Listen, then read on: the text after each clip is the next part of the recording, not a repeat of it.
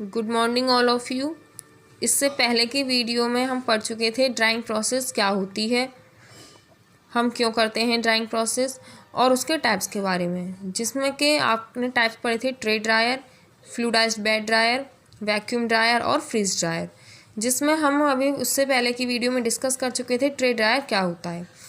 अब हम इस वीडियो में बताएंगे फ्लूइडाइज्ड बेड ड्रायर के बारे में।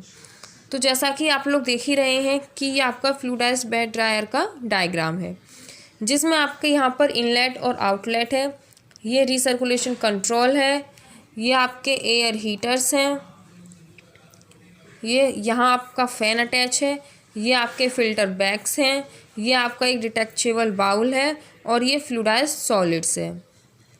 ठीक है, ये आपका परफोरेटेड बॉटम है नीचे वाला।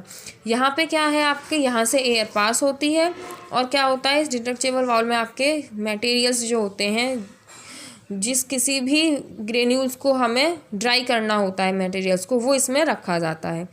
और एयर हीटर्स के थ्रू, हीटर्स का काम क्या होता है कि वो एयर को हीट कराते हैं, और फ़ैन का काम क्या होता है कि वो जो एयर है उसको सब में सर्कुलेट कराती है, जिससे हमारे जो ये मॉइस्ट ग्रेन्यूल्स होते हैं वो ड्राई हो जाते हैं। अब हम बात करेंगे इसके प्रिंसिपल। अब हम इसके प्रिंसिपल की बात करते हैं। प्रिंसिपल का क्या है कि in this dryer hot air is passed at high pressure through a perforated bottom of the container. Means container जो हमारा ये परफोरेटेड बॉटम है नीचे वाला, इधर से क्या होता है कि हाई प्रेशर में एयर पास होती है। तो वो एयर क्या करती है, जब वो पास होती है हाई प्रेशर के साथ में, तो जो हमारे ग्रेन्यूल्स होते हैं उनको क्या करती है, वो ड्राई करने का काम करती है। किसके थ्रू? स्टीम के थ्रू। तो वो क्या होता है, इस कंडीशन को हम क्या कहेंगे, फ्लूइडाइज्ड स्टेट कंडीशन बोला जाता है। नेक्स्ट क्या है कि हॉट गैस जो होती है वो सारे ग्रेन्यूल्स को पूरी तरीके से उन ग्रेन्यूल्स के चारों तरफ उनको ड्राई करती है, जिसके थ्रू हमारे जो ग्रेन्यूल्स होते हैं वो ड्राई हो जाते हैं। अब हम समझते हैं इसका कंस्ट्रक्शंस, मीन्स इसकी संरचना। तो इसका कंस्ट्रक्शन में क्या है कि ये स्टेनलेस स्टील का बना हुआ होता है। और आपका नेक्स्ट है कि इसमें एक detachable perforated bowl is placed at the bottom of the dryer. Means इस ड्रायर में यहाँ पे आपका ये है ना डिटैचेबल बाउल, ये यहाँ पे इसका कंटेनर के अंदर अटैच रहता है। मतलब इसे हम इस अपने फ्लूइडाइज्ड बेड ड्रायर के अंदर अटैच कर सकते हैं या प्लेस कर सकते हैं, रख सकते हैं। अब हम इस बात करते हैं नेक्स्ट पॉइंट की कि ए fan is mounted in the upper part for circulating hot air. Means ये फ़ैन क्या करता है कि जो हमारी एयर होती है उसको पूरे ड्रायर में सर्कुलेट करने का काम कराता है, रोटेट करता है। और फ़ैन आपका कहाँ पे प्लेस रहता है, अपर पार्ट पर। जैसा कि अभी आपने इसके डायग्राम में देखा था, फ़ैन कहाँ था, इसके ऊपर साइड पे था। नेक्स्ट पॉइंट है कि fresh air inlet, pre filter या हीट एक्सचेंजर इससे कनेक्ट होते हैं, अटैच होते हैं। नेक्स्ट पॉइंट आपका है कि bag filters are placed over bowl for recovery of fines. Means जो हमारा बैग फिल्टर होता है वो कहाँ पर प्लेस होता है, कहाँ पर अटैच रहता है, जो हमारा परफोरेटेड बाउल था उसके ऊपर रहता है। किस लिए? फाइन पार्टिकल्स को रिकवर करने के लिए। अब हम बात करेंगे इसके वर्किंग की। तो wet granules to be dried are placed in detachable bowl and bowl is placed into the dryer। Means जिन ग्रेन्यूल्स को हमें ड्राई करना होता है उसको हम क्या करेंगे, डिटैचेबल बाउल में रखेंगे। उसके बाद उस बाउल को हम ड्रायर के अंदर रख देंगे। नेक्स्ट पॉइंट है आपका fresh air is allowed to pass through pre filter way subsequently gets heated by passing through heat exchanger.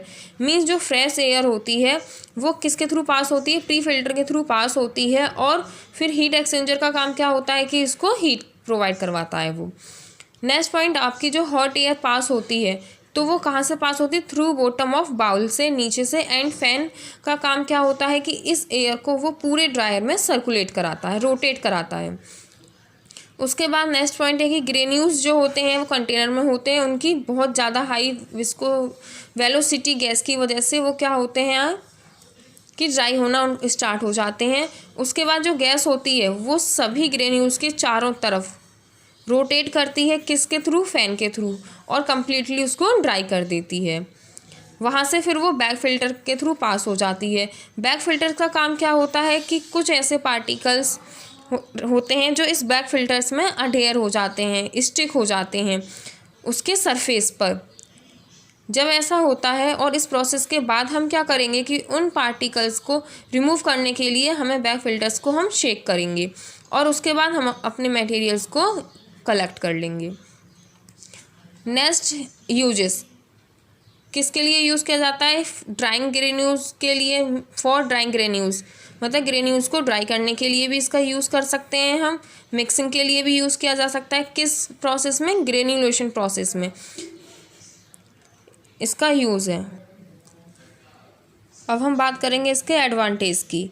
तो एडवांटेज में क्या है कि it requires less time to complete drying, means इस प्रोसेस में पूरी तरीके से ग्रेन्यूल्स को ड्राई करने के लिए बहुत कम टाइम की रिक्वायरमेंट होती है।